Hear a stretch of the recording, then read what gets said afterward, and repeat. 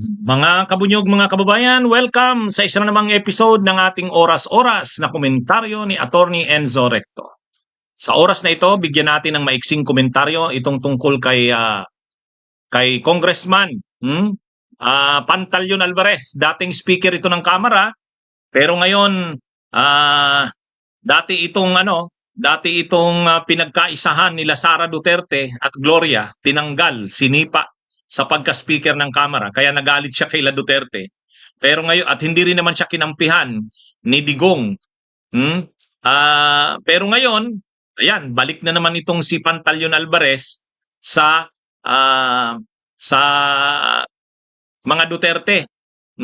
At nagpapakatuta siya kay Duterte. Pag sabi ni Duterte, isusulong nila ang Mindanao Independence Movement, ihihiwalay ang Mindanao sa Republika ng Pilipinas. Tinuro siya ni Duterte. Ang magiging tagapagsalita ng movement na ito, Mindanao Independence Movement, si Alvarez. Yun.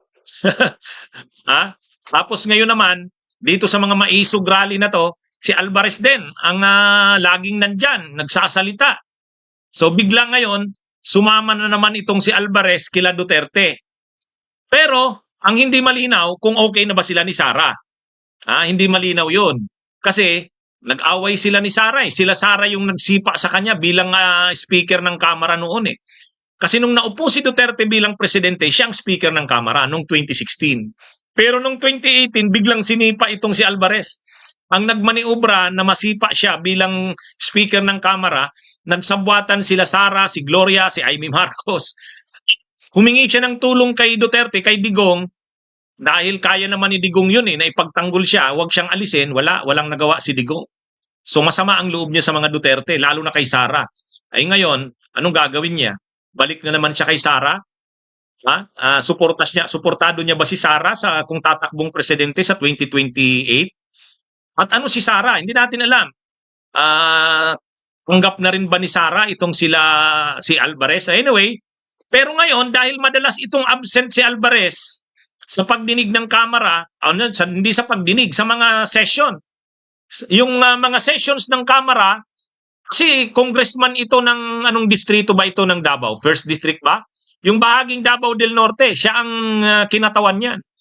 So, bilang miyembro ng Kamara na kumakatawan sa Davao del Norte, yung First District noon, dapat uma-attend siya sa mga session ng Kamara.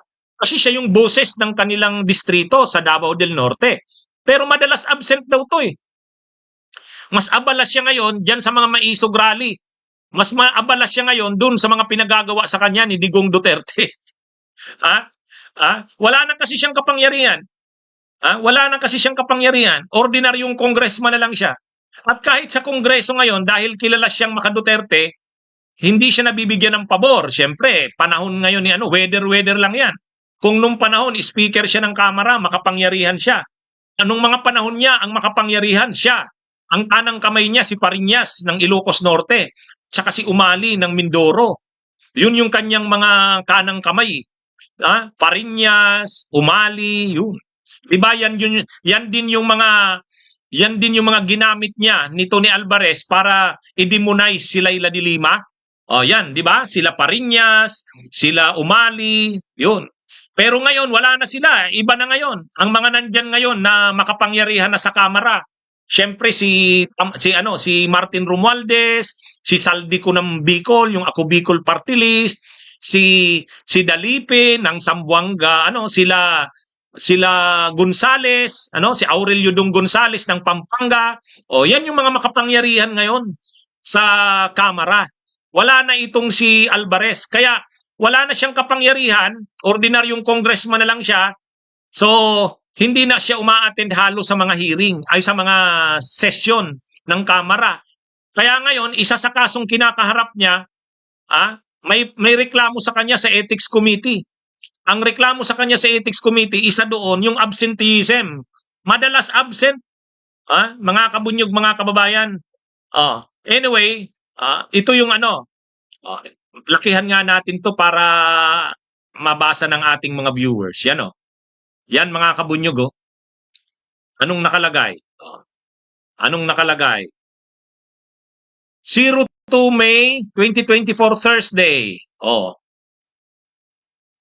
Committee, subcommittee, Ethics and Privileges.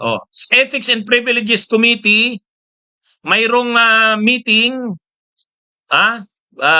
time and venue, 1:00. So ngayong Mayo 2, 1:00 ng hapon. Ano ang agenda sa Ethics Committee?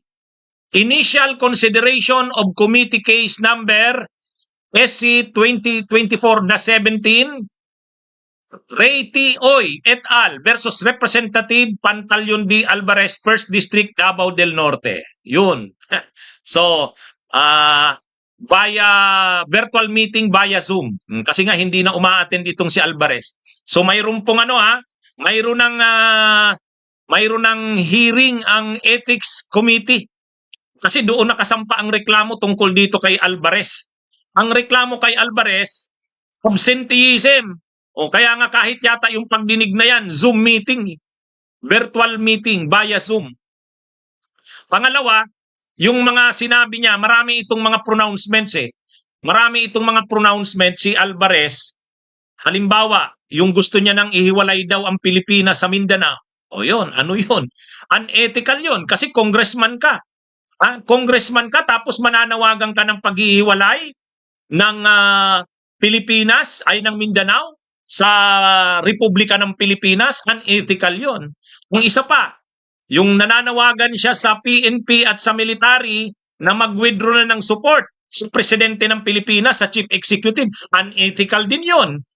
Actually, nagbo-border yun sa sedition o rebellion or inciting to sedition.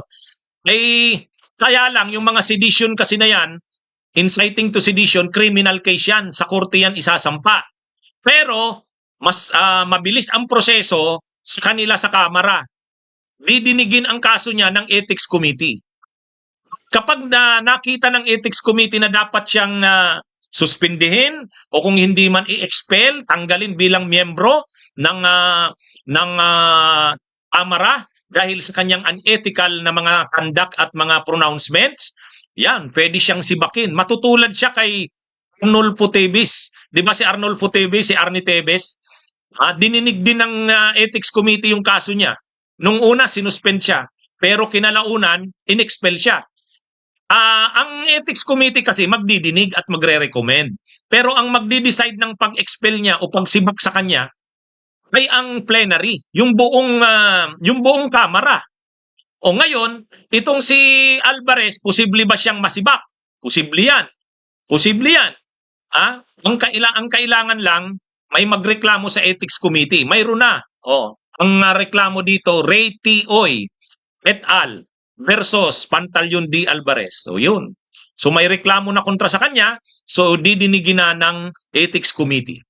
At ang Ethics Committee, magka-come up yan ng kanyang findings and recommendation pag nirecommend ng Ethics Committee na siya'y sibakin. Yun naman kasi talagang mga ginawa niya, malala yun Una, mananawagan ka na ihiwalay ang Mindanao sa Republic of the Philippines. Congressman ka pa naman ng Republika ng Pilipinas. Pangalawa, mananawagan ka sa PNP at sa military na i-withdraw na ang support sa chief executive o sa presidente. Ano yun? Inciting to sedition yun. Pero yung inciting to sedition kasi criminal case yun. Ngayon sa kanya, kahit hindi siya kasuhan ng inciting to sedition na criminal case, pwede siyang kasuhan sa Ethics Committee na yung mga ginawa niya na yun at sinabi niya na yun ay unethical. Yes, man. Yun lang naman ang issue dun Yung kanya bang mga sinabi ay unethical, ibig sabihin labag sa ethics ng isang congressman, yung dapat nagawi ng isang congressman. Yan, madaling desisyonan niya ng Ethics Committee kasi malinaw naman unethical yung mga ginawa niya. Lagi pa siyang absent. Lagi pang absent, marami ng grounds dito. Kaya hindi nakapagtataka kung sa bandang huli, i-rekomenda ng Ethics Committee na sibakin na lang itong si Alvarez sa Kamara. Wala pabaya na ito Parang sa kanya, ayaw niya naman talaga ng umupo sa Kamara. Kasi nga, wala na siyang kapangyarihan doon Weather lang kasi yan. Noong panahon, makapangyarihan siya. Noong panahon ni Duterte. Ang problema, sinibuk siya nila Sara at Gloria. Kaya lang, ngayon naman, balik na naman siya sa Duterte. Wala, oportunista talaga itong si Alvarez. Walang paninindigan. Anyway, Abangan po natin. Ngayong araw po, yung magiging pagdinig ng Ethics Committee. Ulitin ko po, ang didinigin ay yung kanyang mga sinabi. Paghihiwalay ng Mindanao sa Republic of the Philippines, yung sinabi niya na i-withdraw na ng PNP at military ang support sa Chief Executive. Yon, mga sinabi niya yan, publicly yan. Ha? Pangatlo, yung kanyang absenteeism. Laging absent, pabaya na. Yan ang mga kasong nakaharap ngayon kay Pantaleon Alvarez sa House Ethics Committee. Sisimula na ngayon ang pagdinig. Abangan natin ang mga susunod ng kabanata. Okay, mga kabunyog, mga kababayan, magandang araw po sa inyong lahat. Ito po uli si Attorney Enzo Recto at ito po ang ating oras-oras na komentaryo. Mabuhay po tayo. Bunyog, bunyog, halikan na kasama ka. Bunyog, kapag buklod ay may pag-asa. Luzon, Visayas, Mindanao, isa ang pananaw. Sa bagong Pilipinas ang bunyog isisigaw. Bunyog.